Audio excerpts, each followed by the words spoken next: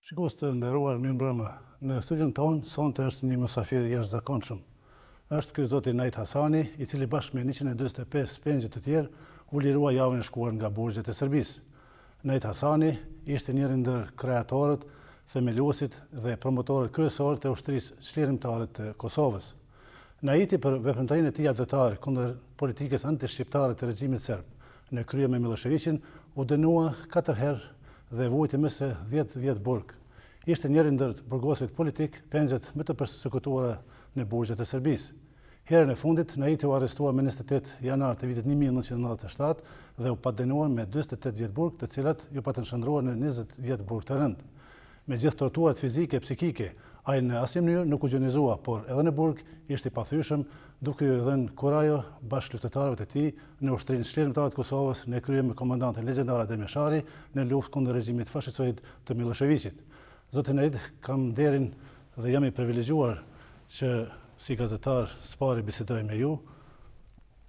Do të është edhe një nder për televizionin e Kosovës. Mirë se erdhët në studion tonë. Mirë se u gjetëm. Së pari, desha të përshëndes familjet e dëshmorëve që dhanë një kontribut të jashtëzakonshëm për lirinë e Kosovës. Ata e dhanë bitë e tyre dhe do t'jenë krenar për kontributin dhe jetën që e dhanë për Kosovën.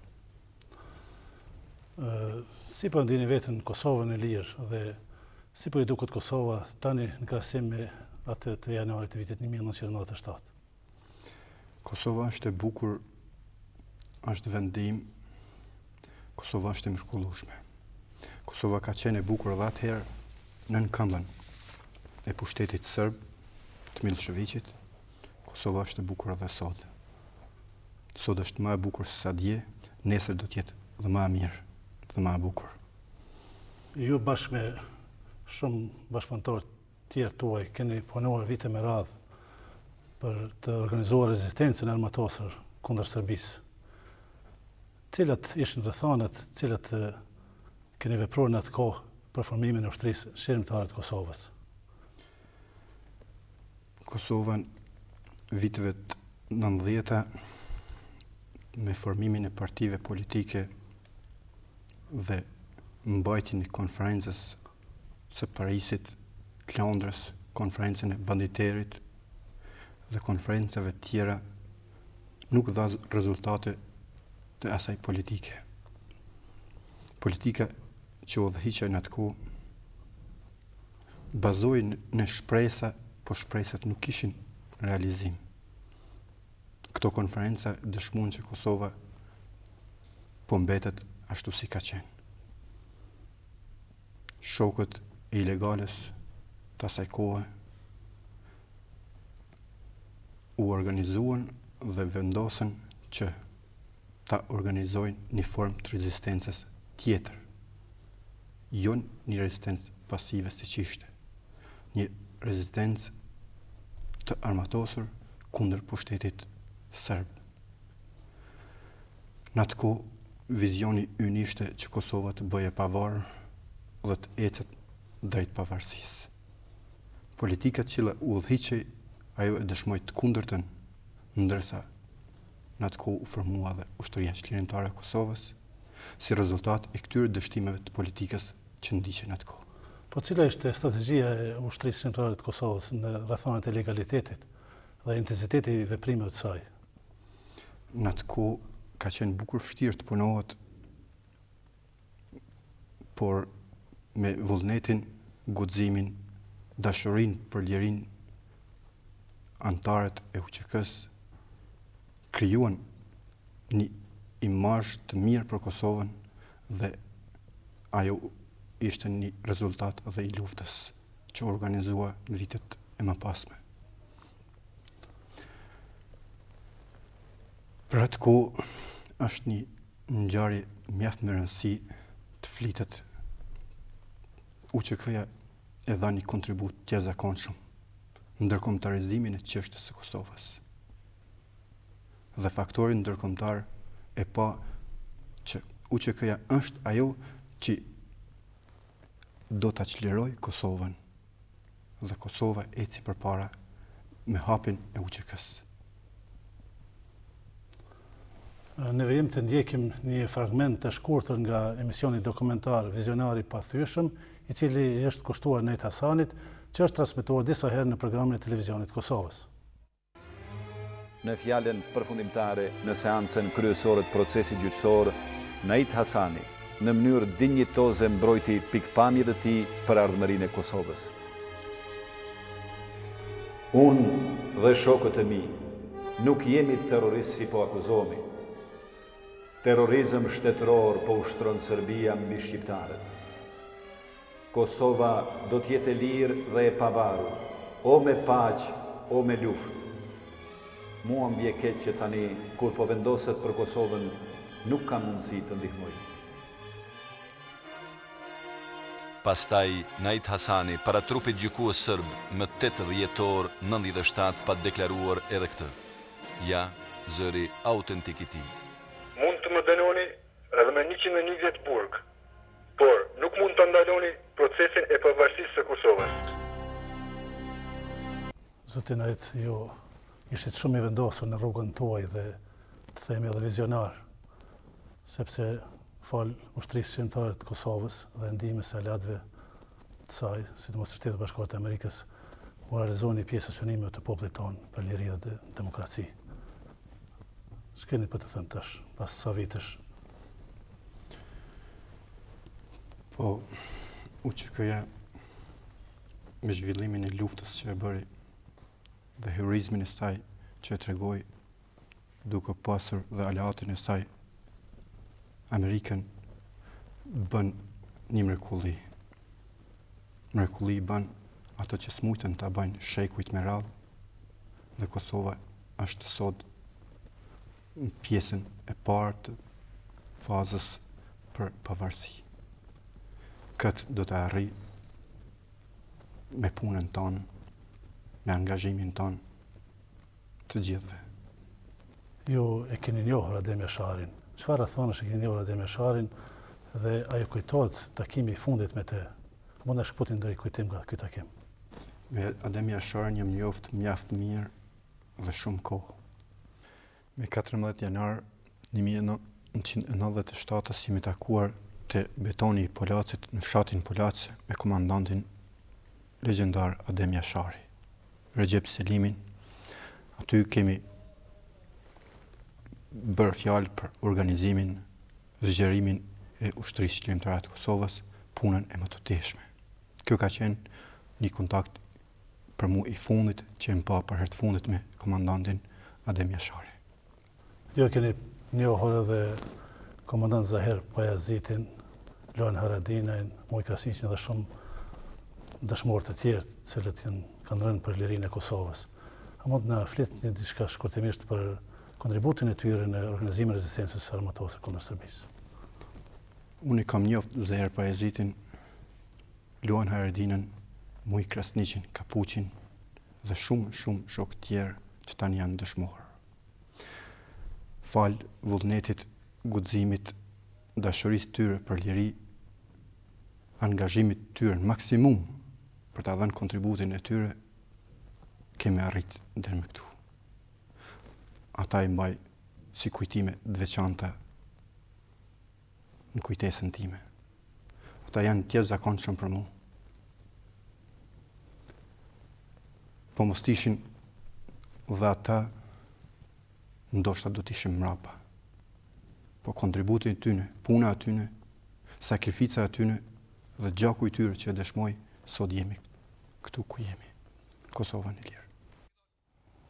Zoti Nejt, ju pas lirimit nga burgu dhe pas takimit me familjen tuaj, keni vizituar së pari Prekazin, përkatësisht varrin e komandantit legjendar të UÇK-së Adem Jasharit dhe shtabin e përgjithshëm të trupave të mbrojtjes së Kosovës.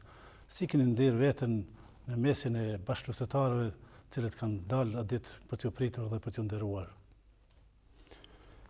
Ishte një pritje e mrekullueshme e qytetarëve, bashkëluftëtarëve pranë burgut të Dubravës.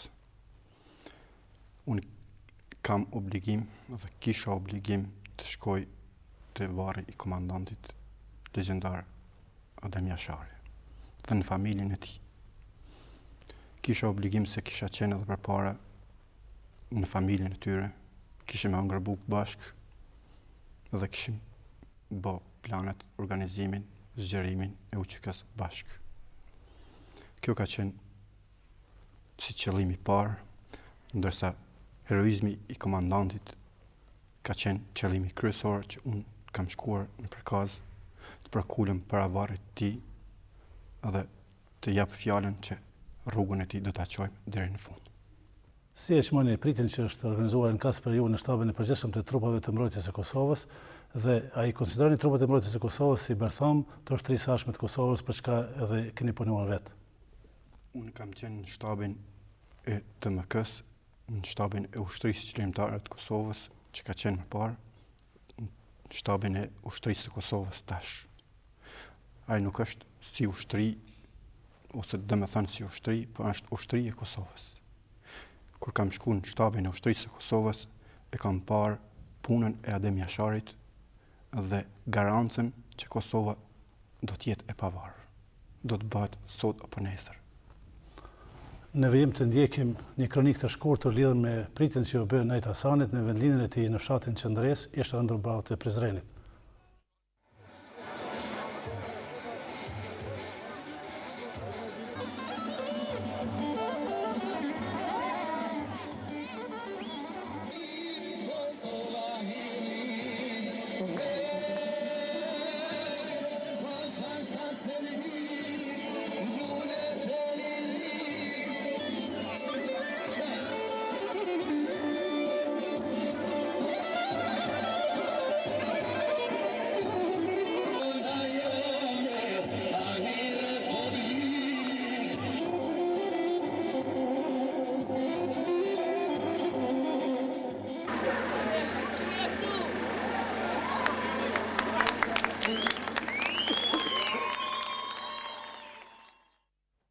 Gjatë këtyre ditëve, ju kanë vizituar shumë qytetarë, shumë shok, miq, bashkëluftëtarë tuaj.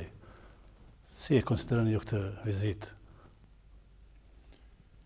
Të unë erdhen bashkëluftëtarët, erdhen institucionet e Kosovës, erdhen shokët e mi, familjet e dëshmorëve. Unë isha I lidhur me familjet e dëshmorëve. Ishen në një kontribut I tyre ndaj me, ndaj punës që kishim bërë bashkë. Erdhen delegacionet e Akademisë së Kosovës ushtarake, erdhen Shërbimi Policor I Kosovës, erdhen delegacionet e partive politike, që unë konsideroj se kanë vlerësuar një punë që është bërë në kohën më të vështirë. Tash të kthehemi në çështje tjetër. Gjatë qëndrimit në Burg, keni pas rast të takoheni me Ukshin Hotin dhe a dini diç më konkretisht për fatin e tij dhe të shqiptarëve të tjerë, të cilët konsiderohen të zhdukur? Me Ukshin Hotin kam qenë në Burg të Mitrovicës së Stremit,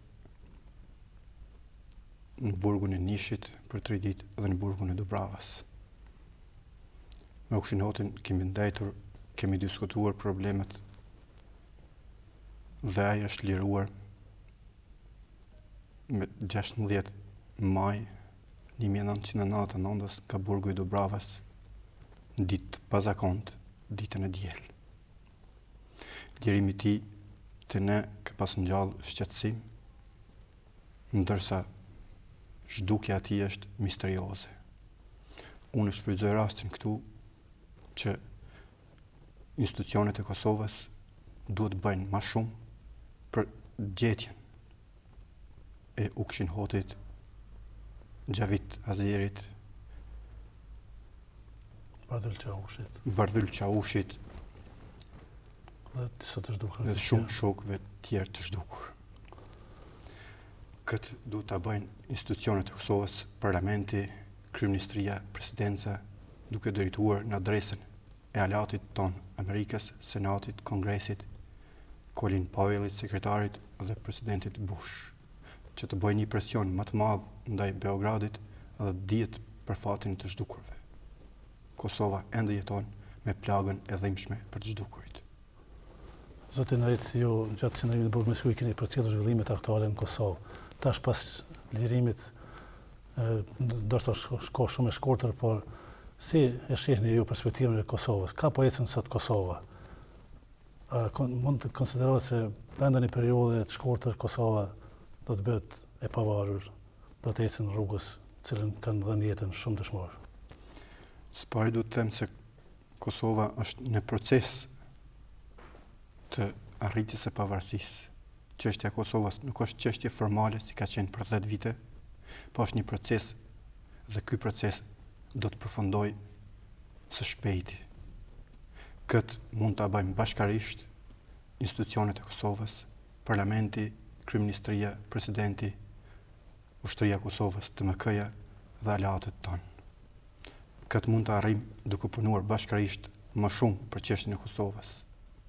Ashtu siç kemi punuar në ditët më të vështira, që edhe sot duhet të arrijmë këtë.